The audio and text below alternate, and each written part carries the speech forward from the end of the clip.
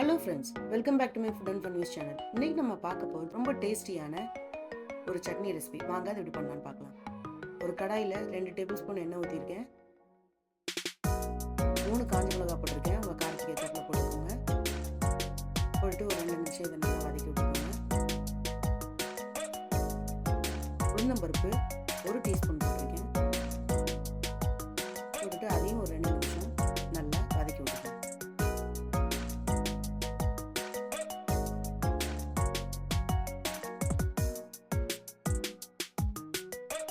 ஒரே ஒரு ஆனியன் போட்டிருக்கேன். போட்டு இது எல்லாத்தையும் நல்லா மிக்ஸ் பண்ணி விட்டுருங்க.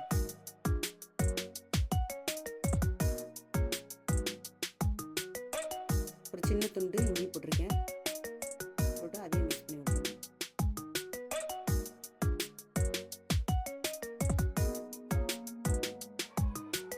இப்போ 5லேருந்து 6 காஷ்மீரி சில்லி போட்டிருக்கேன். போட்டுட்டு அதையும் நல்லா வதக்கி விட்டுக்கோங்க. 2 தக்காளி எடுத்திருக்கேன். அதை நான் கட் பண்ணி போட்டிருக்கேன்.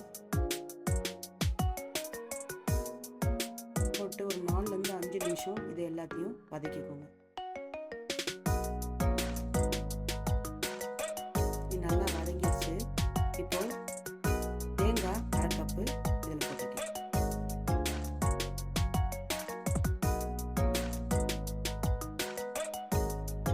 கொஞ்சம் கொத்தமல்லி தழை போட்டிருக்கேன்.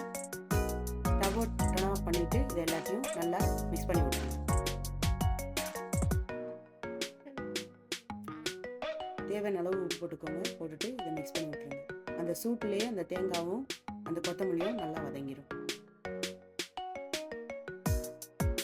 இப்போ ஆறின பிறகு ஒரு மிக்ஸி ஜாரில் போட்டு அதை நல்லா அரைச்சி எடுத்துகிட்டு வந்துடுங்க. ஒரு பேனில் நான் தாளிப்பு ரெடி பண்ணுறேன்.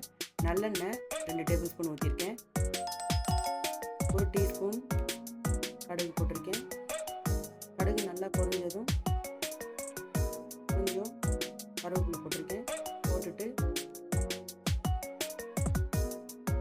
இதை அப்படியே நீங்கள் இந்த சட்னியில் ஆட் பண்ணிடுங்க.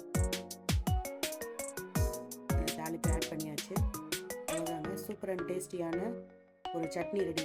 தோசை இட்லி கூட ரொம்ப சூப்பராக இருக்கும். இன்றைக்கி நான் தோசை கூட தான் ட்ரை பண்ணியிருக்கேன். கண்டிப்பாக ஒரு முறை ட்ரை பண்ணி பாருங்கள். வீடியோவை லைக் பண்ணுங்கள், ஷேர் பண்ணுங்கள், கமெண்ட் பண்ணுங்கள், மறக்காமல் சப்ஸ்கிரைப் பண்ணுங்கள். தேங்க்யூ ஃபார் வாட்சிங்.